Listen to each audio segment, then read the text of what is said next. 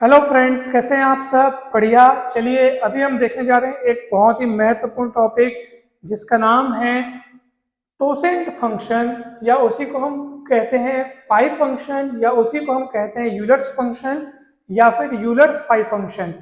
तो इनके अनेक नाम हैं और ये बहुत ही इंपॉर्टेंट टॉपिक है और ये मैथ्स के हर फील्ड में काम आता है। यानी कि चाहे आप कॉम्पिटिटिव एग्जाम की तैयारी कर रहे हो, कॉम्पिटिटिव एग्जाम में भी आप चाहे एसएससी, पीएससी, रेलवे, बैंकिंग, या फिर आप नेट या सेट का तैयारी कर रहे हो, तो ये इतना बेसिक टॉपिक है, इतना इम्पोर्टेंट टॉपिक है कि आपके हर एग्जाम में आपको ये काम आएगा। और ये टॉपिक सीखने के बाद इस पर बेस्ड अनेक ऐसे थ्योरम्स हैं, नंबर सिस्टम के ही अनेक ऐसे थ्योरम्स हैं जो कि काफ़ी इंपॉर्टेंट हैं, जिनसे रिलेटेड अनेक सारे ट्रिकी क्वेश्चंस, कठिन कठिन क्वेश्चंस जो देखने में बहुत कठिन लगते हैं, वो बहुत ही आसानी से बन जाते हैं।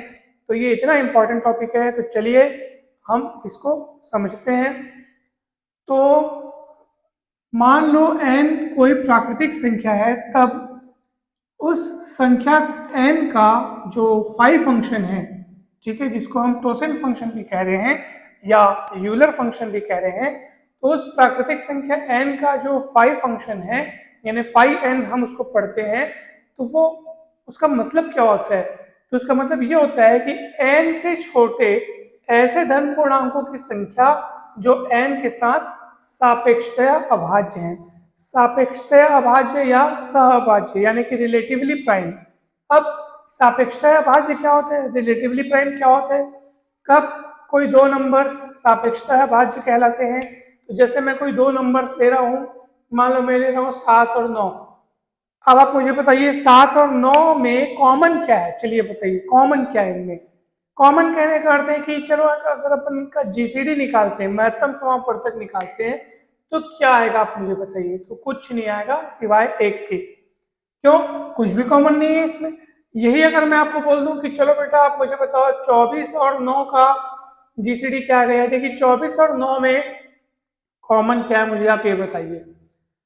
तो 24 और 9 में कॉमन देखो, ऐसी कौन सी संख्या है जो इन दोनों को डिवाइड करती है, और वो संख्या अगर एक से बड़ी हो तो ऐसी संख्या खोज के दिखाओ।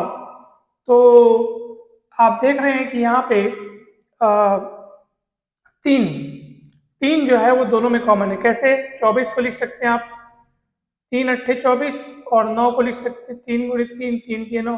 तीन दोनों में कॉमन है, तो इनका जीसीडी 3 आ रहा है, एक नहीं आ रहा है, इसलिए 24 और 9 आपस में सापेक्षतया अभाज्य नहीं है। ध्यान से समझिएगा, 24 और 9 आपस में सापेक्षतया अभाज्य नहीं है, क्योंकि इनमें कॉमन जो है वो एक नहीं है बल्कि कोई दूसरा नंबर है। ठीक है। अगर मैं आपसे पूछूं 11 और 8 पे जो जीसीडी इसका निकालेंगे, महत्तम समापवर्तक, दोनों में कॉमन क्या है? ऐसी कौन सी संख्या है जो आप दोनों में कॉमन निकाल सकते हैं? तो इसमें भी सिर्फ एक ही आएगा। कुछ नहीं आता तो एक तो आएगा ही आएगा, क्योंकि 11 को लिख सकते हो आप 11 गुणित 1, 8 को लिख सकते हो आप 8 गुणित 1, तो एक तो कॉमन रहेगा ही रहेगा। इसलिए जीसीडी अगर कुछ भी ना है तो एक तो आएगा ही आएगा। और ऐसे अगर जीसीडी आपका सिर्फ एक आ रहा है और कोई संख्या आपको नहीं मिल रही, तो वो संख्या आपस में क्या कहलाती है? सापेक्षतया अभाज्य कहलाती हैं। तो ये बेसिक कंसेप्ट आप हमेशा ध्यान रखें। सापेक्षतया अभाज्य को अपन क्या बोलते हैं? Relatively prime. अब जिस भी संख्या का आपको फाई फंक्शन निकालना है ना, उस संख्या से छोटी ऐसी कितनी संख्या है जो उस दी गई संख्या के साथ सापेक्षतया अभाज्य, ये आप चेक कर लेना। ठीक है। चलिए हम शुरू में थोड़ा कुछ उदाहरण के साथ मैं आपको समझाता हूँ, ताकि आपको इसका बेसिक अच्छे से समझ में आए। फिर तो हमारे पास सूत्र है ही, सूत्र लगाएंगे और बड़ी से बड़ी संख्या का हम फाई फंक्शन तुरंत निकाल कर आपको बताएंगे। फिलहाल हमने यहाँ पे 2 सूत्र लिख रखे हैं, 3 सूत्र और हैं जिनको अभी मैं आपको बताऊंगा, क्योंकि सूत्र अगर लिख देता तो मेरे पास एग्जाम्पल बताने के लिए जगह नहीं बचता। इसलिए अभी मैं 2 सूत्र लिखा हूँ, इनसे संबंधित उदाहरण पहले बताऊंगा, फिर और 3 सूत्र बचे हैं। यानी कि ये वीडियो आप शुरू से लास्ट तक पूरा देखिएगा ही देखिएगा, आपका पूरा कंसेप्ट क्लियर हो जाएगा। जितने सूत्र हो सकते हैं इसके, हमने सबको कवर करने का कोशिश किया है। तो चलिए अब हम, जैसे मान लीजिए एग्जाम्पल के लिए मुझे 5 4 निकालना है। क्या निकालना है? 5 4। 5 4 का मतलब क्या है? 4 से छोटे 4 से छोटे ऐसे धन पूर्णांक, है ना भाई, 4 से छोटे ऐसे धन पूर्णांक जो 4 के साथ सापेक्षतः अभाज्य है। तो आप देखो 4 से छोटे कौन कौन हो सकते हैं, 4 से छोटी संख्याएं जो धन पूर्णांक है वो कौन है, 4 से छोटा कौन कौन बच गया, 1, 2 और 3, है ना, 1, 2 और 3। अब इन तीनों में से 4 के साथ सापेक्षता अभाज्य कौन कौन है आप देख लो, 4 के साथ कौन कौन सापेक्षता अभाज्य आप देख लो, 4 और 1 का जीसीडी कितना आएगा, 1, ये सापेक्षता अभाज्य है। 4 और 2 का जीसीडी कितना आएगा बताओ बोला, 4 और 2 का जीसीडी कितना आएगा, 4 और 2 का जीसीडी 2 आएगा भैया, दोनों में कॉमन 2 है, 4 को लिख सकते हैं 2 गुणित 2 और ये 2 2 2 कॉमन निकल जाएगा, तो इनका जीसीडी जो है 2 आ रहा है, मतलब ये सापेक्षता अभाज्य, 4 और 2 सापेक्षता अभाज्य नहीं है, ये कैंसिल हो गया। फिर 4 और 3 का देखोगे आप जीसीडी कितना आ रहा है, 1 आ रहा है, तो ये दो लोग सापेक्षता अभाज्य हुए, इसलिए 5 4 का मान आ जाएगा 2। ठीक है ना, कितना सरल है दोस्तों, तो आप देख लीजिए एकदम सरल है ये, आप घबराइए नहीं, आपसे सारे क्वेश्चन बनेंगे।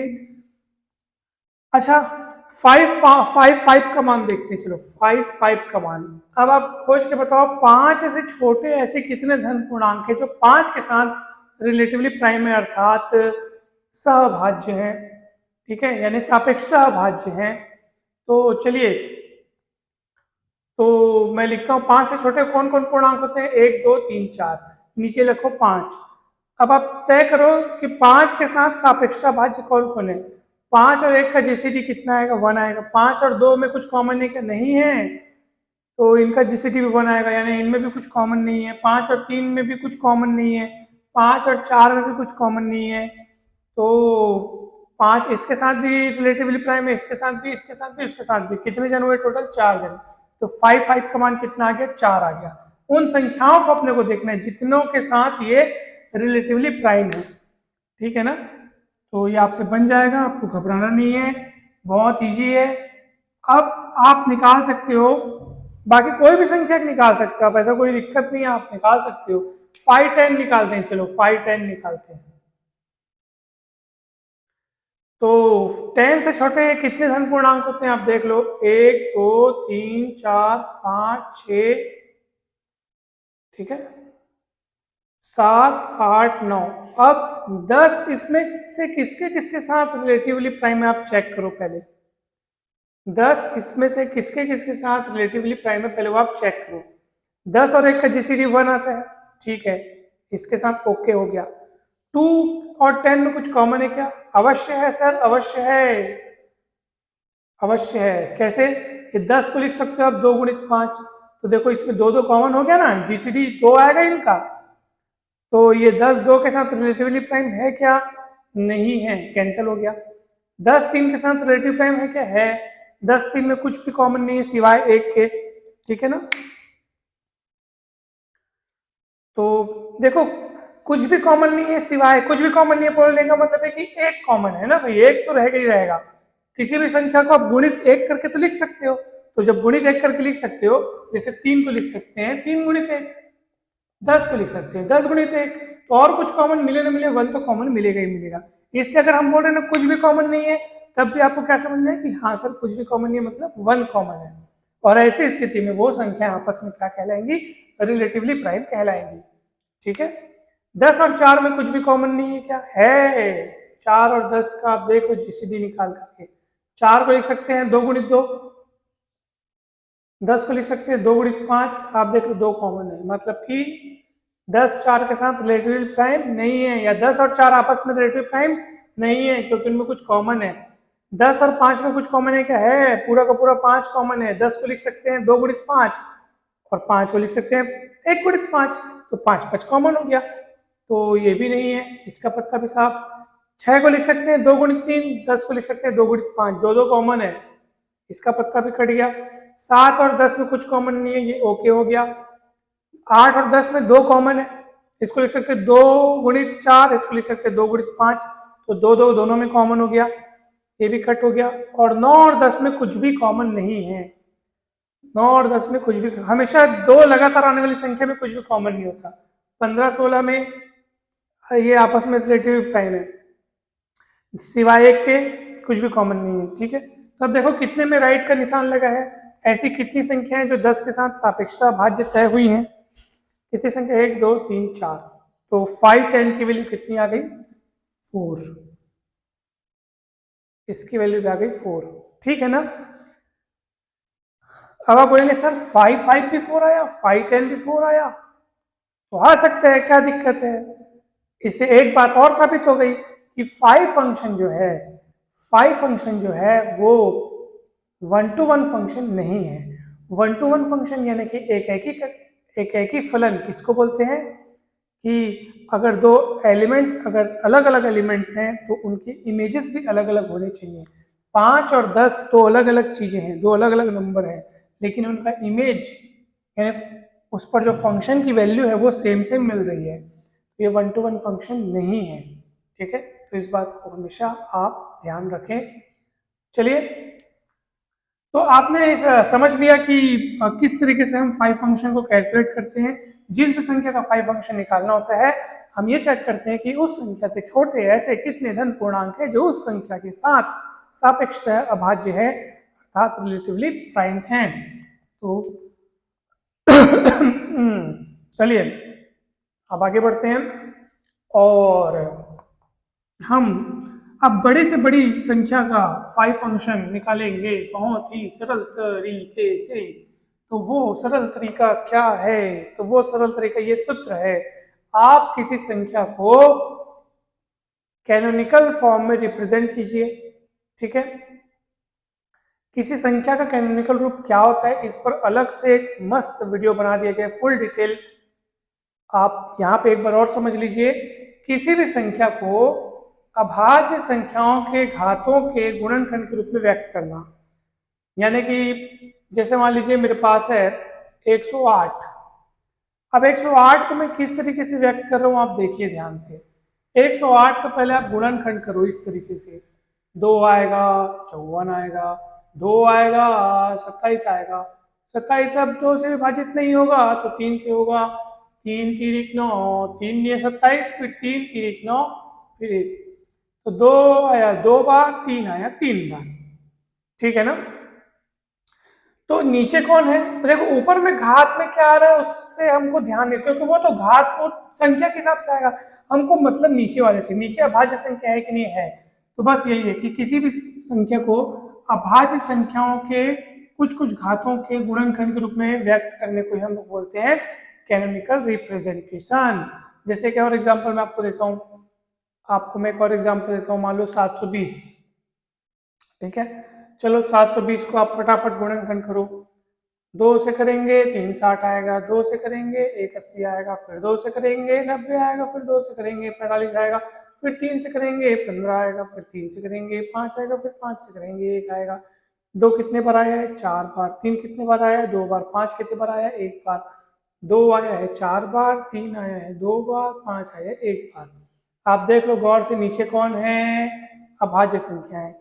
ऊपर घात में क्या रहा है अभी उससे मतलब नहीं है, क्योंकि वो तो गुणनखंड में जितने बार आएगा उतने घात लगा देना है, और वो कितना बार आ रहा है वो डिपेंड करता है संख्या पर, ठीक है। तो घात को ध्यान में न रखते हुए आप केवल इसको देखो, ये नीचे अभाज्य संख्या है कि नहीं है, बस। अभाज्य संख्या है कि कुछ घातों के रूप में और फिर गुणे के रूप में उनके, अगर आप दी गई संख्या को अगर आप व्यक्त कर पाते हैं तो ये कहलाता है कैनोनिकल रिप्रेजेंटेशन। तो ये इसी को यहाँ पे लिखा गया है, a की घात x, b की घात y, c की घात z, और भी आगे इस तरीके से हो सकता है। जैसे यहाँ पे 2 3 5 मिला है, हो सकता है यहाँ पे 7 और मिला होता, 11 और मिला होता। जितनी बड़ी संख्या होगी उतना ज्यादा यहाँ पे वेराइटियां तो आपको मिलती जाएंगी। तो चलिए, तो इस तरीके से आपने कैनोनिकल रूप एक बार और देख लिया, कैनोनिकल रिप्रेजेंटेशन आपने एक बार और समझ लिया। अब कैनोनिकल फॉर्म में अगर अपन रिप्रेजेंट कर लेते हैं सर, उसके बाद क्या करना है, तो आगे की कहानी। तो अभी मैं 720 को कैसे व्यक्त किया था आपको याद है, 2 की घात 4, 3 की घात 2, 5 की घात 1। अगर मेरे को 720 का ही 5 फंक्शन निकालना हो तो मैं क्या करूंगा, 720 का ही अगर मेरे को क्या निकालना हो, 5 फंक्शन निकालना हो तो मैं क्या करूंगा। तो सूत्र देखो सर, सूत्र देखो, ये एकमात्र सूत्र आपके सारे सवालों को बना देगा, ठीक है। केवल यही एक फॉर्मूला आप अगर तैयार करते हो तो आप किसी भी संख्या का 5 फंक्शन निकाल सकते हो। मगर हम और भी कुछ फॉर्मूले देखेंगे जो कि आपको अनेक अनेक संख्याओं को का 5 फंक्शन निकालने में आपकी मदद करेंगे। तो वो जब सूत्र मैं आपको बताऊंगा उस समय बताऊंगा कि वो सूत्र कब लगाना है, ठीक है। वैसे अगर वो सूत्र आपको याद ना भी हो तो ये ऑलराउंडर सूत्र है, अर्थात ये अगर याद है तो आप निकाल सकते हैं किसी भी संख्या का 5 फंक्शन, ठीक है। तो चलिए फिलहाल तो हम इसको 5 फंक्शन किसका 720 का निकालना है। तो 720 को हम इस तरीके से एक्सप्रेस किए हैं, ठीक है। तो यहाँ a के रोल में कौन दिख रहा है, आप देख लो 2 दिख रहा है, x के रोल में 4 दिख रहा है, b के रोल में कौन दिख रहा है 3, y के रोल में कौन दिख रहा है 2। कंपेयर कर लो, आप देख लो कौन किसके किसके रूप में आपको दिख रहा है। c 5 दिख रहा है, z की जगह दिख रहा है 1। सूत्र को गौर से देखो, five n equals to n into ये मतलब n मतलब 720 तो आपको लिखना ही है। जिस संख्या का 5 फंक्शन जानना चाह रहे हैं वो संख्या तो आपको लिखना ही पड़ेगा। गुणित साथ में क्या है 1 माइनस 1 अपॉन a यानी 1/2, ठीक है। फिर से मैं बता रहा हूं, देख लो यहाँ पे घात में कितने 4, उसका यहाँ कोई योगदान नहीं है, कोई रोल नहीं है। देख लो आप इस पूरे सूत्र में ये जो x y z यहाँ पे जो घातों में लगा है ना, n बराबर क्या है, n बराबर क्या है, a की घात x, b की घात y, c की घात z, और भी आगे कुछ भी हो सकता है। हमने इसको ऐसे से करके छोड़ दिया है, ठीक है। तो घात में कुछ भी हो सकता है, लेकिन सूत्र में कहीं पर भी इसकी घातों का कोई रोल नहीं है, x y z का कोई रोल नहीं है। रोल अगर है तो किसका, a b c का।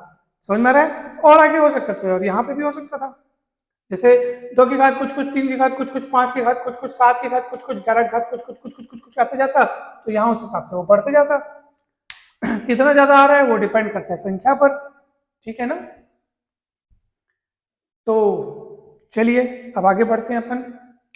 तो 720 1 माइनस 1/2, 1 माइनस 1/3, ठीक है, और क्या हो जाएगा 1 माइनस 1/5। इस तरीके से हम लिखेंगे भाई। घात से कोई मतलब नहीं है, हमको इन संख्याओं से मतलब है, उसी को लिखे हैं। चलिए 720 हो गया, 1 माइनस 1/2, एलसीएम निकल के सॉल्व करोगे 1/2 आएगा। 3 एकम 3 में 1 गया, 2 2/3 आएगा। 5 एकम 5 में 1 गया, 4/5 आएगा। अब आप इसको सॉल्व कर लो, 3 दूनी 6, 3 चलो आराम से कट करते हैं, 2 एकम 3 60 होगा, 120 आएगा, फिर 5 से फिर 24 आएगा, फिर या 4 दूनी 8, और या 24 दूनी 48, 48 दूनी 96, 96 चौक, 96 दूनी 192। ये इस तरीके से आप कैलकुलेट कर लेना, इतना ही आएगा, अपने हिसाब से आप गुणा कर सकते हो। देख लो 4 दूनी कितना हो जाएगा 8, 4 दूनी 8 और गुणित 24, 8 दूनी 16 160, और 8 चौक 32, 160 और 32 192। ये आपका आंसर आ गया। क्या कठिन था बताइए इसमें। ये वाला गुणा भाग तो आप खुद भी कर सकते हो, सबका अपना अपना उसमें विवेक, अपना अपना दिमाग, तो आसानी से वो इसे बना सकता है। घबराने की बात नहीं है, आप इसे पढ़ सकते हो, बना सकते हो। चलिए अब अपन आगे बढ़ते हैं।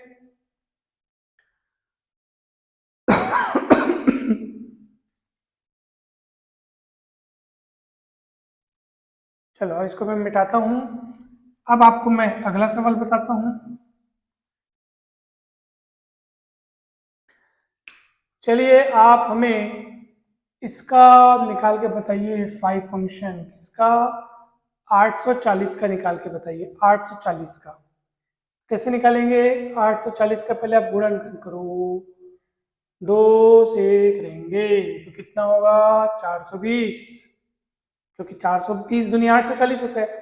फिर 2 से करेंगे तो 210 होगा, फिर 2 से करेंगे तो 105 होगा, है ना। तो अभी 3 से करेंगे, 3 से करेंगे, 3 की 9, 1 बचेगा, 3 5 15, 35 आएगा। अब ये 3 से नहीं जाएगा, अब 5 से जाएगा, 5 7 35, अब 7 से जाएगा। तो इसमें 2 मिल रहा है 3 बार, 3 मिल रहा है 1 बार, 5 मिल रहा है 1 बार, और 7 मिल रहा है। ठीक है, एक एक ठो घात मिला है। चलिए अब अपन इसका कैसे निकालेंगे फाइव फंक्शन। ये तो इसका कैनोनिकल रूप हो गया, 840 का कैनोनिकल रूप हो गया ये। अब फाइव फंक्शन निकालेंगे 840 का, तो कितना आएगा सर बताइए।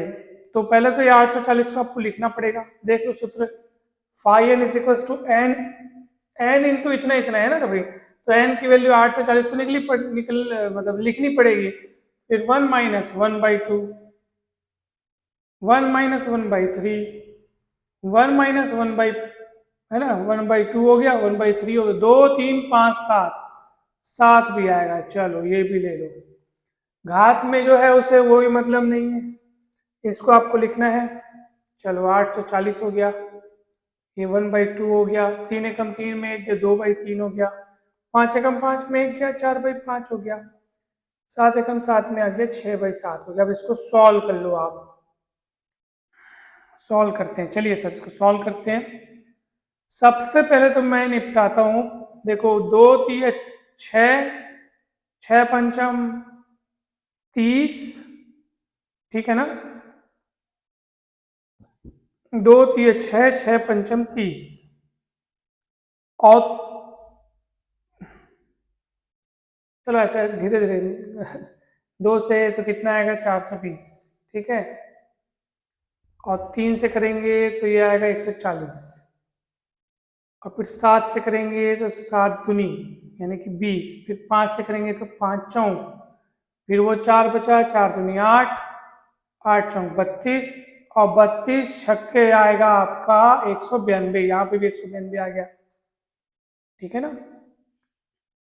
4 दूनी 8, 8 चौक 32, 32 गुनी 6, 6 दूनी 12, और 3 छक्के 18, 180, और 12 192। तो इसमें भी आपका कितना आया 192 आया, ये आपका आंसर आ गया। तो ये गुणा भाग अपने हिसाब से कर सकते हैं, मैं डायरेक्ट सोच रहा था 2 3 6 5 30, तो ये 30 है, और वो कितना है 84 है, तो 0 0 कट जाता और 3 से वो भाग चले जाता, 3 दूनी 6, 3 8 24 में तो 28 आता, फिर 7 चौक 28 होता, तो 4 वैसे भी बचता, तो वो आपको एकदम डायरेक्ट हो जाता, इसलिए मैंने एक एक करके किया। तो आप ऐसे भी कर सकते हैं, वैसे भी कर सकते हैं, जैसा आपका दिमाग चले, बस काम सही होना चाहिए ताकि आंसर आपका सही आए, और कोई दिक्कत नहीं है। तो हो गया, तो आपने एग्जाम्पल बहुत सारे देख लिए किस तरीके से बनाना है। अब मैं आपको थोड़े मोड़े और सूत्र बताता हूं कि अगर वो सूत्र आपको वो भी याद हो जाए तो आप क्या होगा कि कुछ ऐसी संख्याएं जिनके लिए स्पेशल सूत्र बने हुए हैं, उन स्पेशल सूत्रों को लगाकर आप और जल्दी बना सकते हैं।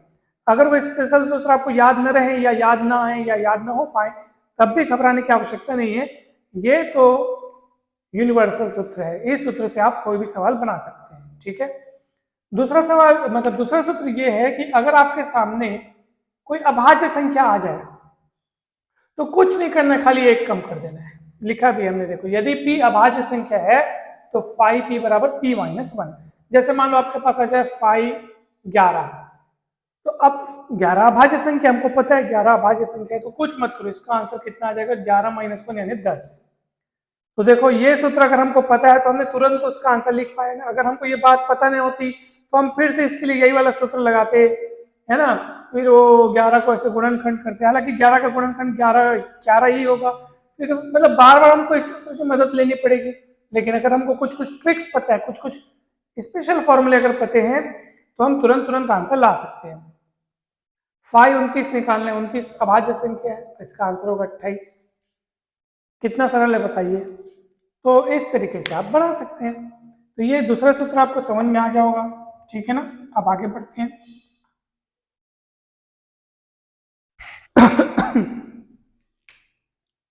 अब देखो, अब तीसरा सूत्र क्या है, देखो तीसरा सूत्र, यदि आपके पास m और n ऐसी संख्याएं हैं जो सापेक्षता भाज्य यानी कि जिनका जीसीडी क्या है 1 है, ऐसी स्थिति में उन दोनों के गुणनफल का फाइ फंक्शन वो दोनों इस तरीके, मतलब phi of mn is equal to phi m into phi n अलग अलग हो जाता है। ओ भाई, जैसे मान लीजिए बोलेगा कोई आपको फाइ 35 निकाल के बताइए, फाइ 35 का फाइ फंक्शन क्या होगा। अब आप 35 के साथ उसका कैनोनिकल रूप में रिप्रेजेंट करेंगे, यानी कि उसको गुणनखंड करेंगे, फिर ये वाले सूत्र लगाएंगे, फिर बनाएंगे।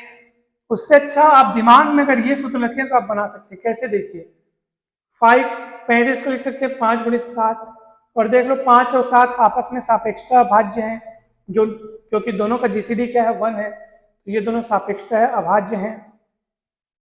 तो आप इनको तोड़ सकते हो 5 5 5 साइड मतलब 5 5 गुणित 5 7 5 5 गुणित 5 7, ठीक है, ऐसे आप तोड़ सकते हो इनको 5 5 गुणित 5 7। क्यों ऐसे तोड़ दिए? क्योंकि 5 और 7 आपस में क्या है, सापेक्षता अभाज्य है, दोनों का जीसीडी क्या है 1 है। अब देखो आप अब आगे क्या करेंगे बताओ, चलो दिमाग लगाओ, इसके आगे मुझे क्या लिखना चाहिए? दिमाग लगाइए कि इसके आगे मुझे क्या लिखना चाहिए। फिर से देखो ये 5 कौन है, ये 5 कौन है, ये अभाज्य संख्या है, और अभाज्य संख्या की स्थिति में उसका 5 फंक्शन क्या होगा, उससे एक कम। ये वाला फॉर्मूला जो अभी अपन पढ़े थे वही तो है, तो उससे एक कम हो जाएगा। 5 7 7 भी क्या है, 7 भी क्या है, अभाज्य संख्या है, तो इसका 5 फंक्शन क्या होगा, इससे एक कम। तो ये हो गया 6 और ये हो गया 4, 4 छक्के 24, आंसर आ गया आपका। क्या दिक्कत है? देखो कितना सरल है, कितना सरल है, बताइए भला कितना सरल है। आप ऐसे बहुत सारा बना सकते हो, बहुत सारा। मान लो आपको निकालना है 55 का निकालना है, तो 55 को लिख सकते हो आप 5 गुणित 11, और 5 और 11 फिर से सापेक्षता अभाज्य है, और फिर से ये सापेक्षता अभाज्य है, तो इनको आप फिर से तोड़ सकते हो। हर वो संख्याएं जो सापेक्षता अभाज्य आप उनको तोड़ सकते हो ना, घबराना नहीं है, आप उनको तोड़ सकते हो। तो 5 फंक्शन अलग तोड़ दिए, 5 अभाज्य संख्या है, इसका 5 फंक्शन इससे एक कम, ये भी 10 हो जाएगा, 4 दाम 40, आंसर आ गया आपका।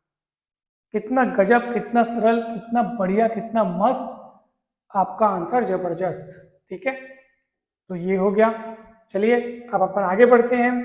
अब मैं आपको कुछ अलग सूत्र बताता हूँ, कुछ दूसरा सूत्र बताता हूँ जो आपको और काम आएगा। तो आपने 3 सूत्र देख लिए, ठीक है ना। चलिए, अगर आपके मन में कुछ भी डाउट है तो आप देखो, जैसे मान लो 5 फंक्शन 5 पहला 55 का निकाला, कितना है, कितने जल्दी हमने निकाला। आप तसल्ली करके देख सकते हैं, इस सूत्र से इसका आंसर वही आएगा। 5 गुणित 11 था, एकक घात था, मतलब ये 55 का कैनोनिकल निरूपण हो गया।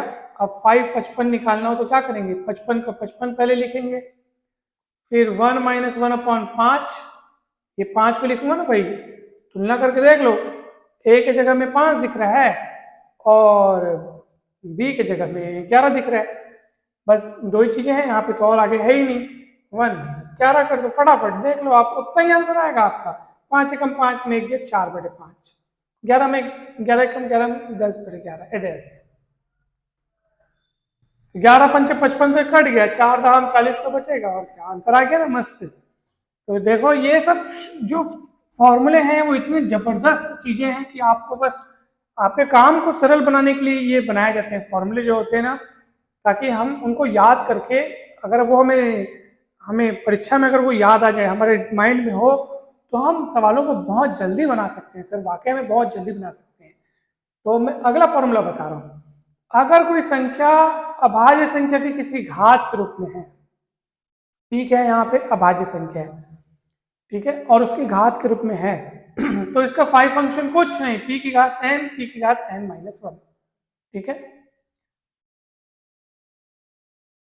p की घात n, p की घात n-1। जैसे एक एग्जांपल के लिए आपको निकालना है 5/125, यहाँ बगल में आप लिख दो, जहां p क्या है, अभाज्य संख्या है, ठीक है।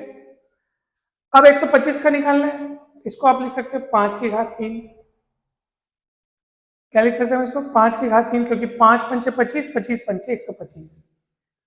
अब कुछ भी नहीं करना है, सूत्र देख लो, p के रोल में कौन है, 5, अभाज्य संख्या की ही कोई घात होनी चाहिए, घात में कुछ भी हो सकता है, अभाज्य नीचे जो लिखा है वो अभाज्य संख्या होना चाहिए। अगर ऐसा है तो फिर इसका 5 फंक्शन क्या होगा, आप देख लो, pn है तो यहाँ पे क्या है, pn - pn-1, घात में कम करके घटा देना है, यानी 5 की घात 3 और 5 की घात 3-1 मतलब 2, तो 5 में ये 125 हो जाएगा, और 5 का वर्ग यानी 25 हो जाएगा, तो कितना आएगा आपका आंसर, 100 आएगा। आंसर आ गया। क्या दिक्कत है बताइए, कितना सरल है, इससे ज्यादा सरल तो हो ही नहीं सकता है, हो ही नहीं सकता है, बताइए। तो इस तरीके से बनेगा। अब आपको पता है ये फॉर्मूला कैसे तैयार हुआ है? कुछ भी नहीं है, ये फॉर्मूला इसी फॉर्मूले से तैयार हुआ है। आप चलिए आप बताइए, फाई ऑफ आपको पी एन निकालना हो इसी फॉर्मूले की मदद से, तो आप कैसे निकालेंगे? आप देख लो, तुलना कर लो। ए की जगह कौन दिख रहा है? पी। एक्स की जगह कौन दिख रहा है? एन। फॉर्मूला लगाओ, फॉर्मूला लगाते तो ये कैपिटल एन, पूरा कैपिटल एन मान लो, तो फाई एन इक्वल क्या आता है? फाई एन इक्वल एन गुणित ये, तो ये एन गुणित एन कौन है? पी एन है। फिर क्या आएगा? 1 माइनस 1 अपॉन ए की जगह कौन है? पी है। आगे तो इसका कुछ और है ही नहीं, तो P N P P P एक कम पी माइनस 1 अपॉन पी, ऐसे ही होगा ना? या इसको छोड़ो, हटाओ, एलसीएम मत निकालो, पी एन को अंदर गुणा करो, तो पी एन एक कम पी एन, और पी एन को जब इससे गुणा करोगे तो पी एन अपॉन पी, तो देखो यहाँ पे एक घात है, एक एक ठोक पी कट जाएगा, एक एक ठोक पी कटेगा तो ऊपर एक घात कम हो जाएगा ना सर। या यूं सोचो कि आधार समान है और ये आपस में बटे में है, तो ये वाली घात ऊपर जाकर के घट जाएगी। तो आगे ना सूत्र यही वाला, देखो कितना सरल था, बताओ। तो ऐसे सूत्र बनते हैं और ऐसे आपको याद करना है। कितना सरल है, आपसे कितना आपको समझ में आ रहा होगा, मुझे तो पूरा भरोसा है आपको बहुत अच्छे से समझ में आ रहा होगा, पूरी चीजें आप बहुत अच्छे से सीख रहे होंगे। तो बस बने रहिए हमारे साथ, सिर्फ एक फॉर्मूला और बचा है, फिर ये टॉपिक क्लोज हो जाएगा। आप अच्छे से प्रैक्टिस करिएगा, फिर घर पे आपको बहुत अच्छा समझ में आएगा, और आगे के जो टॉपिक्स हैं, आगे के जो सवाल हैं वो भी आपसे बनने लगेंगे।